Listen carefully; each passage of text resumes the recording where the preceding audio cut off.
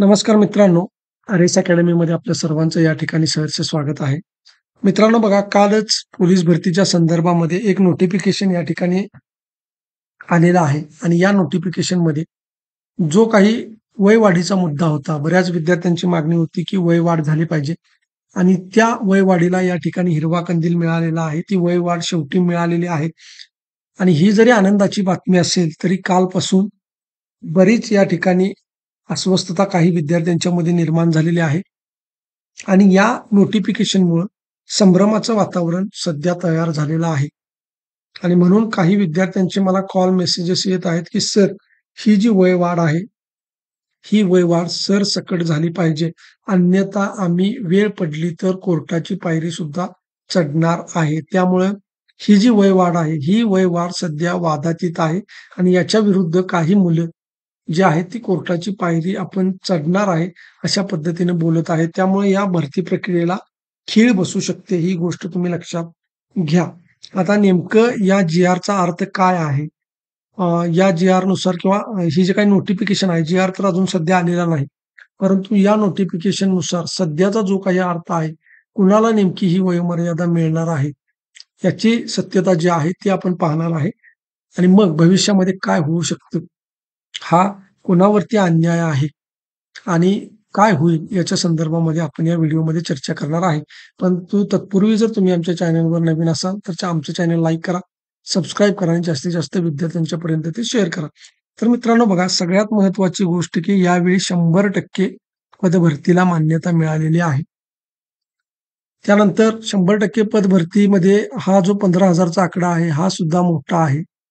15,000 plus पदांची या ठिकाणी भरती होणार आहे आणि त्यामध्येच हा जो वयवाढीचा जी-आर आहे, कोरोनाच्या काळामध्ये बऱ्याच विद्यार्थ्यांचं या ठिकाणी वय संपलेलं होतं आणि त्यामुळं बऱ्याच विद्यार्थ्यांनी अशी मागणी केलेली होती की आम्हाला त्या कोरोनाच्या कालावधीमध्ये आमचं जो काही टाईम गेलेला आहे, वय ओलांडलेलं आहे, त्याच्या संदर्भामध्ये आपल्याला वयवाढ मिळाली पाहिजे आणि म्हणून शासनानं आत्ता गेली अनेक वर्ष याचा पाठपुरावा केल्यानंतर शेवटी शासनाने मंत्रिमंडळामध्ये निर्णय घेतला आणि पोलीस भरतीची वयवाढ केलेली आहे. परंतु परंतु बघा काय झालेलं आहे, की या ठिकाणी जर तुम्ही बघितलं, तर ही जी वयवाढ आहे, ती 2022 आणि 2023च्या विद्यार्थ्यांसाठी सांगितलेली आहे. मग आता याचं काय होणार आहे? नेमकी ही वयवाढ 2022-23 इथं जर तुम्ही बघितलं असेल, की या भरतीमध्ये सन 2022 व सन 2023 मध्ये संबंधित पदाची विहित वयोमर्यादा ओलांडलेल्या उमेदवारांनाही म्हणजे 2022 व 23 मधल्या भरतीमध्ये जे काही उमेदवार एजबार झालेले होते, ज्यांनी वय ओलांडलेलं होतं, कुठल्या भरतीमध्ये 2022 आणि 2023 मध्ये त्यांना या ठिकाणी संधी मिळणार आहे. परंतु आता याच्या पुढच्या अडचणी काय आहेत आणि का विद्यार्थी म्हणत आहेत, की आम्ही कोर्टामध्ये जाणार? तर त्याचं मी तुम्हाला कारण सांगतो. आता 2022 आणि 2023च्या विद्यार्थ्यांना या ठिकाणी संधी मिळणार आहे. म्हणजे काय होईल? समजा एखादा कास्टचा विद्यार्थी आहे. एखादा कास्टचा विद्यार्थी आहे आणि त्याचं जे वय आहे ते शेवट 33 वर्ष आहे. 33 वर्ष प्लस जर असेल, तर तो विद्यार्थी या ठिकाणी पोलीस भरतीला पात्र असणार नाही. मग काय होईल? जर 2022चा विद्यार्थी असेल, 2022च्या भरतीमधला जर विद्यार्थी असेल, की ज्याला वयवाढ मिळालेली आहे, त्याचे जर 33 वर्ष वजा केले तुम्ही, तर 12तून 3 गेले 9, 12तून 3 गेले, दिलेलाच्या परत घेतला, 12तून 4 गेले 8.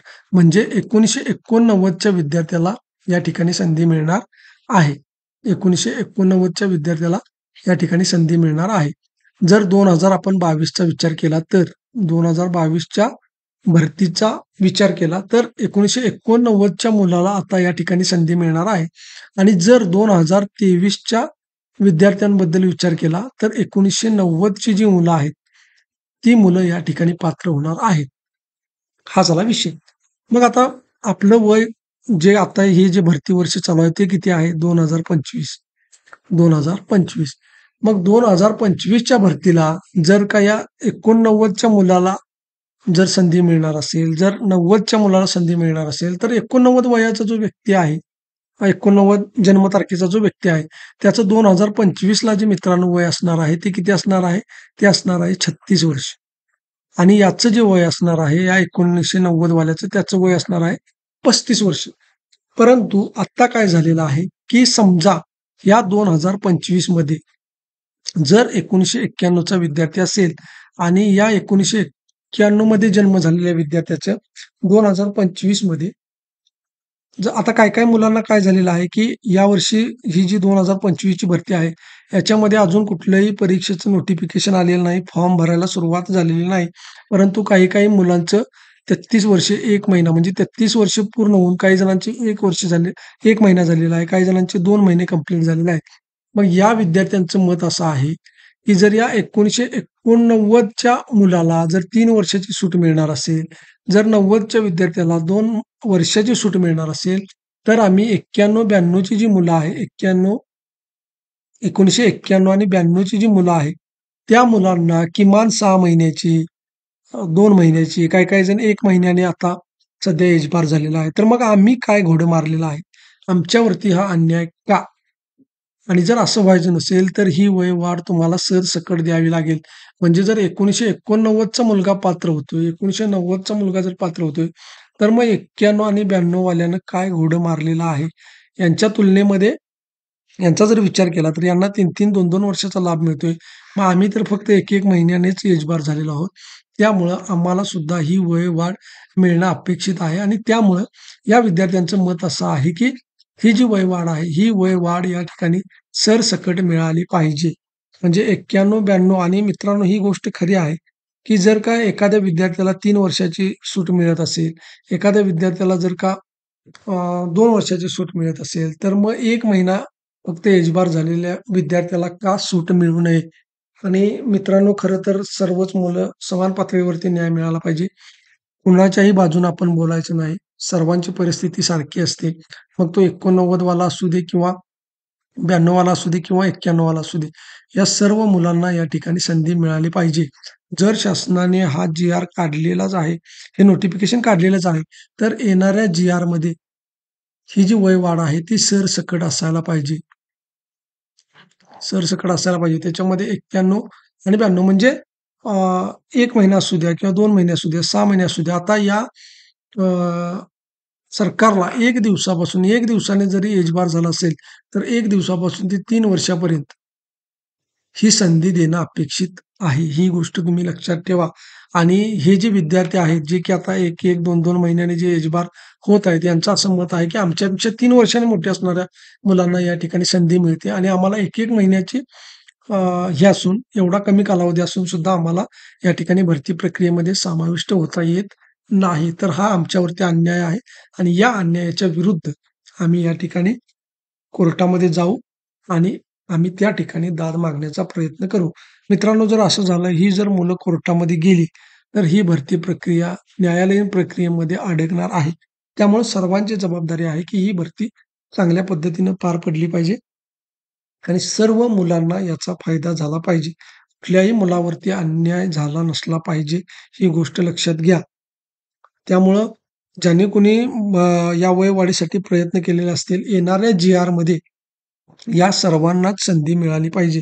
नसेल तर मग जरी तुम्हाला आता या ठिकाणी मिळाली असेल संधी, तरी सुद्धा ती मुलं शांत राहणार नाहीत आणि ज्या मुलांना संधी मिळालेली आहे, त्यांनी सुद्धा या ठिकाणी अशी मागणी केली पाहिजे, की ही जी काही मुलं आहेत 1-2 महिन्याने एजबार झालेली, त्यांना सुद्धा संधी मिळायला हवी.